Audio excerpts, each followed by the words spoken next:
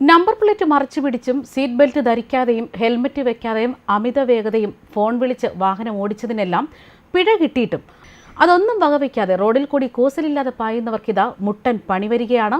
ഗതാഗത നിയമലംഘനങ്ങൾ നടത്തിയവർക്ക് MVD notice അയച്ചിട്ടും ഇതുവരെ പിഴയടയ്ക്കാതെ ചുറ്റിച്ചവർക്കാണ് ഈ പണി.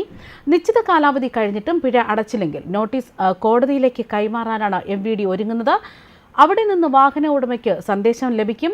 പിഴ ഒടുക്കാതെ വാഹനത്തിന്റെ ഉടമസ്ഥാവകാശം കൈമാറാനോ രജിസ്ട്രേഷൻ പുതുക്കാനോ ഇനി മുതൽ സാധിക്കില്ല. മാത്രമല്ല, മോട്ടോർ വാഹന വകുപ്പിൽ നിന്ന് തുടർന്ന് അങ്ങോട്ടുള്ള യാതൊരുവിധ സേവനങ്ങളും ഇവർക്ക് ലഭിക്കില്ല എന്ന വിവരങ്ങളാണ് പുറത്തുവരുന്നത്. അതായത് ആർട്ടിഫിഷ്യൽ ഇന്റലിജൻസ് ക്യാമറകൾ പ്രവർത്തനം ആരംഭിച്ച് 1 വർഷം പിന്നിടുമ്പോൾ ജില്ലയിൽ കണ്ടെത്തിയത് 3.11 ലക്ഷം നിയമലംഘനങ്ങളാണ്. നോട്ടീസ് അയച്ചിട്ടും ഭൂരിപക്ഷം വാഹന ഉടമകളും ഇതുവരെയും പിഴ അടച്ചിട്ടില്ല. അതുകൊണ്ട് തന്നെ ഇവർക്ക് മുട്ടൻ പണി തന്നെയാണ് MVD നൽകിയിരിക്കുന്നത്. ജില്ലയിൽ 44 ക്യാമറകളുണ്ട്. ഇതിനു പുറമെ AI ക്യാമറ ഘടിപ്പിച്ച മോട്ടോർ വാഹന വകുപ്പിന്റെ വാഹനവും റോഡുകളിൽ പരിശോധനയ്ക്കുണ്ട്. ഇങ്ങനെ കണ്ടെത്തുന്ന നിയമലംഘനങ്ങൾക്കുള്ള പിഴയും ഇതേ വിഭാഗത്തിൽ തന്നെയാണ് ഉൾപ്പെടുക. തേളകത്തെ RT എൻഫോഴ്സ്മെന്റ് ഓഫീസിലാണ് ദൃശ്യങ്ങളിൽ തുടർ നടപടി. അതേസമയം ക്യാമറകൾ സ്ഥാപിച്ചതിന് പിന്നാലെ നിയമലംഘനങ്ങൾ കുറഞ്ഞതായിട്ട് മോട്ടോർ വാഹന വകുപ്പ് കണ്ടെത്തിയിരിക്കുകയാണ്. അതുമാത്രമല്ല, ഹെൽമറ്റ് ഇല്ലാതെയുള്ള ഇരുചക്ര വാഹന യാത്രയാണ് നിയമലംഘനങ്ങളിൽ ഏറെയും. ഡ്രൈവിംഗിനിടെ മൊബൈൽ ഫോൺ ഉപയോഗിച്ചവർക്കും പണി കിട്ടിയിരിക്കുന്നു.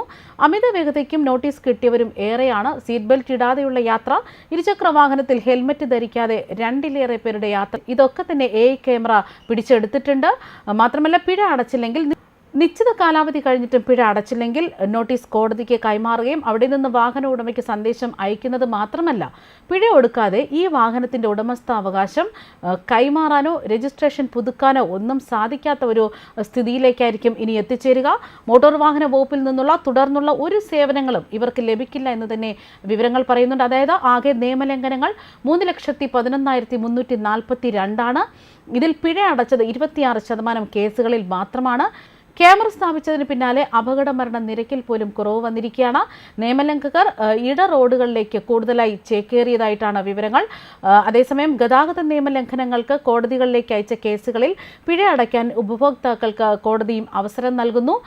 ഓൺലൈൻ പോർട്ടലിൽ കോർട്ട് റിവേർട്ട് ഓപ്ഷൻ വഴി പിൻവലിച്ച് കോടതിയിൽ പോകാതെ തന്നെ പിഴ അടയ്ക്കാനുള്ള താൽക്കാലിക സൗകര്യമാണ് കോടതി അനുവദിച്ചിരിക്കുന്നത്. ഇതിനായി നിയമലംഘനങ്ങൾ കണ്ടെത്തി കേസെടുത്ത ഓഫീസിൽ പിഴ അടയ്ക്കാൻ തയ്യാറാണെന്നും കോടതി നടപടികൾ പിൻവലിക്കണമെന്നും രേഖപ്പെടുത്തിയ ഒരു അപേക്ഷയാണ് നൽകേണ്ടത്. ഈ ചെല്ലാൻ വഴി മോട്ടോർ വാഹന നിയമലംഘനങ്ങൾക്ക് മോട്ടോർ വാഹന വകുപ്പും പോലീസും തയ്യാറാക്കിയ കേസുകളിൽ യഥാസമയം പിഴ അടയ്ക്കാത്ത കേസുകൾ 30 ദിവസങ്ങൾക്ക് ശേഷം വെർച്വൽ കോടതിയിലേക്ക്, 60 ദിവസങ്ങൾക്ക് ശേഷം റെഗുലർ കോടതിയിലേക്കും അയക്കുകയാണ് ചെയ്യുന്നത്. ഇത്തരം കോടതികളിലേക്ക് പോയ കേസുകളിൽ വാഹന ഉടമകൾക്ക് പിഴ അടയ്ക്കാനാകാത്ത സാഹചര്യമുണ്ടായിരുന്നു. ഇതിനെ തുടർന്ന് വാഹനങ്ങളുടെ വിവിധങ്ങളായ സർവീസുകൾക്ക് തടസ്സം നേരിട്ടിരുന്നു.